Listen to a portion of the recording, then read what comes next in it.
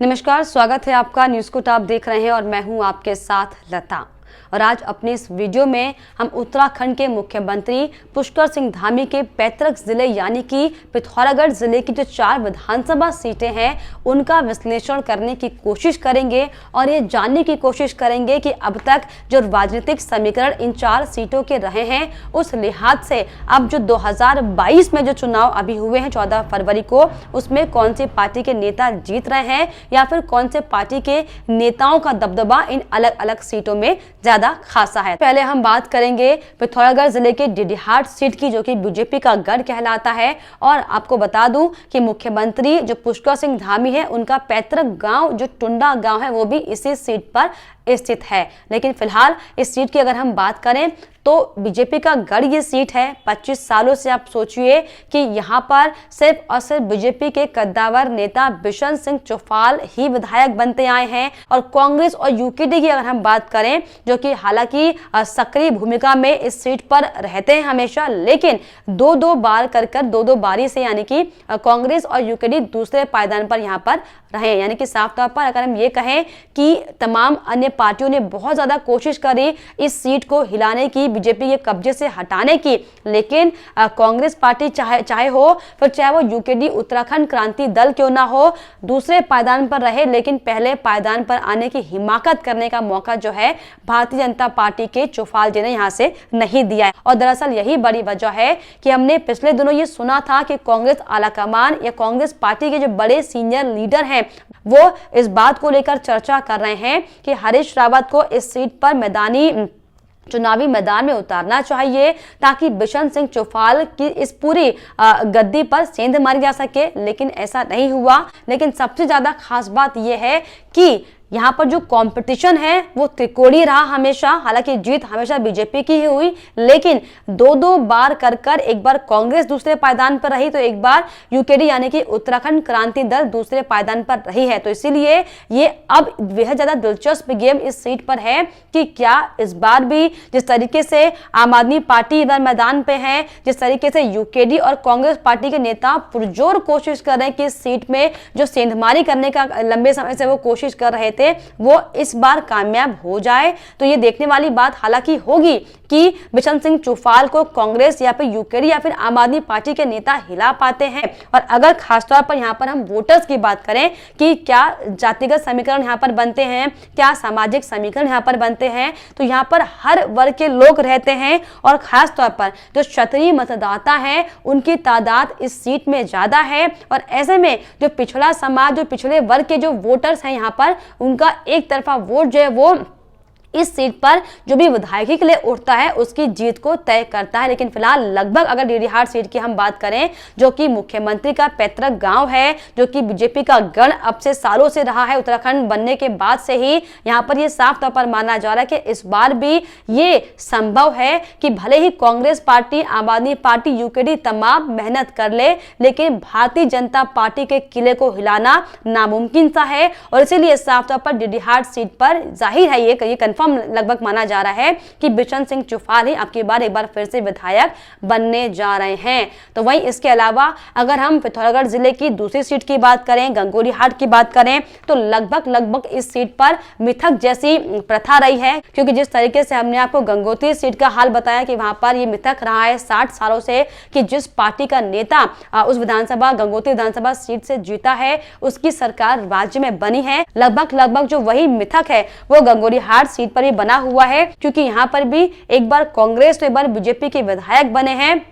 जिस लिहाज से राज्य में सरकार भी उन्हीं की बनी। और इसीलिए ये लगभग माना जाता है, अब तक फिलहाल ये मिथक नहीं टूटा है उत्तराखंड गठन के बाद से ही। क्योंकि 2002 में जब पहले चुनाव हुए थे तो यहाँ से कांग्रेस के कैंडिडेट ने चुनाव जीता था। फिर 2007 में चुनाव हुए तो भारतीय जनता पार्टी के कैंडिडेट ने यहाँ से चुनाव जीता था। फिर 2007 के बाद 12 में कांग्रेस के नारायण राम आर्य, हालांकि 2002 से यही चुनाव लड़ते आए हैं, इन्होंने एक बार फिर से सत्ता काबिज की थी यहाँ पर और राज्य में भी सत्ता सरकार की कांग्रेस की आई थी। तो ये मिथक इसलिए बना हुआ है क्योंकि एक बार बीजेपी और एक बार कांग्रेस के यहाँ पर उम्मीदवार ने जीत हासिल की है और इसीलिए इस सीट को भी जो सत्ता का रास्ता तय करने वाली सीट माना जाता है। हालांकि एक तरफ सरयू नदी से घिरा हुआ है ये गंगोली हाट जो सीट है, दूसरी तरफ रामगंगा नदी से जुड़ा हुआ है, घिरा हुआ है और ये पिथौरागढ़ जिले की दूसरी बड़ी विधानसभा सीट के तौर पर जानी जाती है क्योंकि पहली पिथौरागढ़ सीट है जहां पर 1 लाख से ज्यादा मतदाता हैं, तो दूसरी अब ये गंगोली हाट पिथौरागढ़ जिले की बड़ी सीट है जिसमें 90,000 से ज्यादा मतदाता हैं। अगर हम जातिगत समीकरण की यहाँ पर बात करें तो सबसे ज्यादा अनुसूचित जाति के यहाँ पर समुदाय के लोग आते हैं जो कि 37% हैं। इसके अलावा ब्राह्मण समाज और राजपूत समाज के जो वोटर्स हैं वो खासा यहाँ पर तवज्जो देते हैं क्योंकि जो राजपूत समाज और जो ब्राह्मण समाज का जो वोट है जिस भी पार्टी के नेता को पड़ता है उसी पार्टी का विधायक यहाँ से जीतता है। हालांकि वर्तमान में आपको बताएं कि मीना गंगुला विधायक हैं बीजेपी की, उन पर तमाम आरोप लगते रहे हैं कि वो चाहे वो सड़क का काम हो चाहे वो कोई भी बड़े बड़े काम हो अपने पति को सौंप देती हैं जिसकी वजह से उनकी छवि भी धूमिल है। तो हो सकता है कि इस बार क्योंकि अगर हम परंपरागत की बात करें और परंपरा ये उत्तराखंड की रही है कि एक बार बीजेपी की सरकार एक बार कांग्रेस की बनी है और इस लिहाज से अगर हम देखें तो जाहिर तौर पर यहाँ से फकीर राम तमता का टिकट कटने वाला है और कांग्रेस के खजान चंद गुड्डू आने वाले हैं। परंपरा के हिसाब से अगर हम देखें राजनीतिक जो परंपरा उत्तराखंड की रही है, एक बार बीजेपी एक बार कांग्रेस की सरकार उत्तराखंड में बनी है और इस लिहाज से 2017 में भारतीय जनता पार्टी की सरकार बनी तो जाहिर तौर पर अब 2022 में कांग्रेस की सरकार बनती हुई हालांकि दिखाई पड़ रही, लेकिन फिलहाल ये मिथक टूटेगा या ये मिथक बरकरार रहेगा ये आने वाला वक्त बताएगा। लेकिन जो पिथौरागढ़ जिला है 4 सीटें अपने आप में अहम सीटें रखता है क्योंकि जिस तरीके से डीडी हाट की मैंने आपको बात बताई, गंगोली हाट की मैंने आपको बात बताई और अब जिस सीट की हम चर्चा करने जा रहे हैं वो है धारचूला सीट जो कि कांग्रेस का लगभग गढ़ मानी जाती है और बीजेपी सोचे कि यहाँ पर अपना खाता तक नहीं खोल पाई है। जी हाँ, क्योंकि अगर धारचूला सीट की हम बात करें यहाँ पर जो कि चाइना और नेपाल से लगा हुआ ये पूरी विधानसभा सीट है और यहां पर 2002 में जब चुनाव हुआ था 2 बार निर्दलीय कैंडिडेट ने जीत हासिल की थी, 2002 में और 2007 में। उसके बाद 2012 से लेकर 2017 में जो विधानसभा चुनाव हुआ उसमें कांग्रेस पार्टी के हरीश धामी ने विजय हासिल की है और बीजेपी की पार्टी यहां पर अपना खाता नहीं खोल पाया। कि 2014 में जब उपचुनाव हुआ था हरीश रावत को किसी सीट से चुनाव लड़ना था तो हरीश धामी ने अपनी सीट को खाली किया था जिसमें हरीश रावत ने चुनाव लड़कर भारी बहुमत के साथ जीत हासिल की थी। इसके बाद 2017 में चुनाव हुए और 2017 में भी हरीश धामी ने भारी बहुमत से जीत हासिल की थी। आप सोचिए कि 2017 में तक मोदी लहर होने के बावजूद भी जो बीजेपी के कैंडिडेट थे वो यहां से जीत नहीं पाए और इसीलिए अब जो 2022 में जो विधानसभा चुनाव हुए हैं इसमें जो धारचूला सीट है वो बीजेपी के लिए नाक का सवाल बनी हुई है कि क्या अब जो मुख्यमंत्री वर्तमान में हमारे उत्तराखंड के हैं जो उनका पैतृक जिला पिथौरागढ़ है उसके अंदर जो धारचूला सीट आती है जिसमें अब तक बीजेपी खाता नहीं खोल पाई है, क्या इस बार खाता खोल पाने में सक्षम होगी? ये सवाल बार बार खड़ा हो रहा है और इसीलिए हालांकि बीजेपी ने अपने नए कैंडिडेट को इस बार मैदान में उतारा है। हालांकि कांग्रेस से हरीश धामी यहां पर हैं और बीजेपी से धन सिंह धामी हैं और आम आदमी पार्टी से नारायण राम इस सीट पर हालांकि चुनाव लड़ चुके हैं और इसी सीट पर अगर हम खासतौर पर अहम मुद्दों की बात करें कि क्या समस्याएं लोगों की है तो जन संचार एक सबसे बड़ी समस्या इस विधानसभा सीट में है क्योंकि कनेक्टिविटी की प्रॉब्लम सबसे ज्यादा हालांकि पूरे पिथौरागढ़ सीट पर है, पूरे पहाड़ों के अलग अलग इलाकों में है। इसके अलावा जो मुख्य मार्ग हैं, लिंक मार्ग हैं वो खस्ताहाल बने हुए हैं, स्वास्थ्य सेवाएं बदहाल हैं, शिक्षा का कोई अता पता नहीं है और जो आपदा प्रभावित गांव हैं इनका विस्थापन करना भी यहाँ पर एक सबसे बड़ी समस्या है। हालांकि यहाँ पर अलग अलग जातियों के लोग रहते हैं। हमने आपको जिस तरीके से अभी तक पिछले और सीटों का हाल बताया कि जो जाति के लोग हैं वो किस तरीके से एक बड़ी चोट करते हैं और इसी कड़ी में यहाँ पर अगर हम धारचूला की बात करें तो भोटिया जनजाति सबसे ज्यादा यहाँ पर रहती है। हालांकि अलग अलग तरह की संस्कृति यहाँ पर देखने को मिलती है। चाइना बॉर्डर से सटा हुआ ये इलाका है, नेपाल बॉर्डर से सटा हुआ ये इलाका है, तो यहाँ पर अलग अलग तरह के सांस्कृतिक लोग यहाँ पर दिखाई देते हैं। धारचूला से भारत और चीन के बीच आप सोचिए व्यापार होता है। हालांकि चीन के तकला कोट मंडी पहुंचकर जो धारचूला के लोग हैं वो अपना सामान भेजते हैं, वहां पर व्यापार करते हैं जिनसे उनकी रोजी रोटी चलती है। तो आप सोचिए कि रोजगार एक मूलभूत समस्या धारचूला की सीट के लिए है। हालांकि 87,481 इस सीट पर वोटर हैं, जिसमें 50% मतदाता जो हैं वो राजपूत समाज के हैं, जो कि बड़ा खेला करते हैं, जो कि हार और जीत का फैसला इस धारचूला सीट पर करते हैं। इसके अलावा 22% अनुसूचित जाति के हैं, 15% अनुसूचित जनजाति के हैं और 13% ब्राह्मण और सहित अन्य तमाम जो अलग अलग जो मुस्लिम से लेकर जो अन्य जाति के लोग हैं वो सिर्फ और सिर्फ 13% यहाँ पर लोग हैं। और इसीलिए ये जो सीट है ज्यादा अहम हो जाती है। तो ये 3 सीटों का विश्लेषण है और इसके बाद अब हम बात करेंगे सबसे खास और बड़ी विधानसभा सीट यानी कि पिथौरागढ़ जिले की पिथौरागढ़ सीट की, जहां पर 1 लाख से ज्यादा मतदाता हैं। और क्योंकि यहां पर प्रकाश पंत जिनका निधन हो चुका है, कैबिनेट मंत्री वो रह चुके थे, अच्छा खासा वर्चस्व उनका यहां पर माना जाता था। 3 बार बीजेपी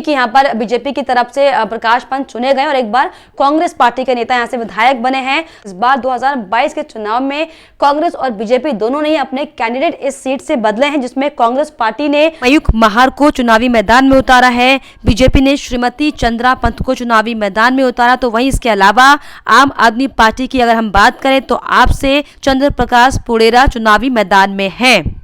चुनाव उन्होंने लड़ा हुआ है, लेकिन क्योंकि जिस तरीके से हमने आपको बताया कि 3 बार यहां पर बीजेपी के पार्टी के नेता विधायक बने हैं, 2002, 2007 और 2017 में। हालांकि 2012 में कांग्रेस पार्टी के मयूख महर जीत गए थे। और ये सामाजिक ताना बाना यहाँ पर माना जाता है कि यहाँ पर महिला जो वोटर हैं वो प्रतिशत सबसे ज्यादा है, पुरुषों से भी ज्यादा। आप सोचें कि यहाँ पर महिला मतदान प्रतिशत ज्यादा है और राजपूत बाहुल इलाका ये है। ऐसे में जो ब्राह्मण के साथ जो पिछड़ा समाज है, जो कम तबके में है, लेकिन उनका जो वोट होता है वो निर्णायक भूमिका में होता है। तो साफ तौर पर पिथौरागढ़ सीट जो कि 1 लाख से ज्यादा मतदाता यहाँ पर हैं, लगातार समस्याएं वही हैं क्योंकि पहाड़ का इलाका है, बिजली, स्वास्थ्य, पानी समस्या, पलायन, तमाम जो मूलभूत समस्याएं हैं वो हालांकि हर एक पहाड़ी क्षेत्र में बनी हुई है। तो ऐसे में साफ तौर पर ये समीकरण बनते हुए दिखाई पड़ रहे हैं क्योंकि राजपूत समाज बाहुल इलाका ये है और ऐसे में जो ब्राह्मण समाज और जो पिछड़े समाज के वोटर्स हैं वो इसमें अहम भूमिका निभाते हैं। और अब हालांकि देखने वाली बात होगी कि इन समीकरणों के बीच जो अब तक 3 बार विधायक यहाँ से बीजेपी के बने, 1 बार कांग्रेस के बने, हालांकि बीजेपी को ज्यादा मौका इस सीट से जनता ने दिया, क्या इस बार 2022 के चुनाव में भी बीजेपी को फिर से मौका मिलने वाला है या फिर कांग्रेस पार्टी के प्रत्याशी इस सीट पर अपना परचम लहराने वाले? हालांकि आने वाला वक्त बताएगा। ऐसे में ये देखने वाली बात होगी कि अब जो 2022 में चुनाव हुए हैं क्या वाकई एक नया परिवर्तन जनता लेकर आएगी या फिर जो मिथक अब तक इन सीटों में चलते आ रहे हैं। तो चाहे जिस तरीके से मैंने आपको डीडी हाट सीट की बात बताई, डीडी हाट में अब तक कांग्रेस पार्टी खाता नहीं खोल पाई है, धारचूला में अब तक भारतीय जनता पार्टी खाता नहीं खोल पाई है, क्या ये मिथक अब 2022 में बदलेंगे या फिर एक बार फिर से 2022 में ही जो पुरानी राजनीतिक कल्चर जो चलती आई है उसी के आधार पर पार्टियां सरकार बनाएंगी, पार्टियां विधायक बनेंगे? हालांकि देखने वाली बात होगी। लेकिन फिलहाल अगर आप पिथौरागढ़ जिले से हैं और पिथौरागढ़ की राजनीति को बेहद ज्यादा करीब से अगर आप समझते हैं तो हमें कमेंट बॉक्स में जरूर लिखेगा कि आपके अनुसार इस बार कौन सी पार्टी का नेता आपकी विधानसभा सीट में विधायक बन रहा है। साथ ही साथ हमारे चैनल को सब्सक्राइब करना भी ना भूलें।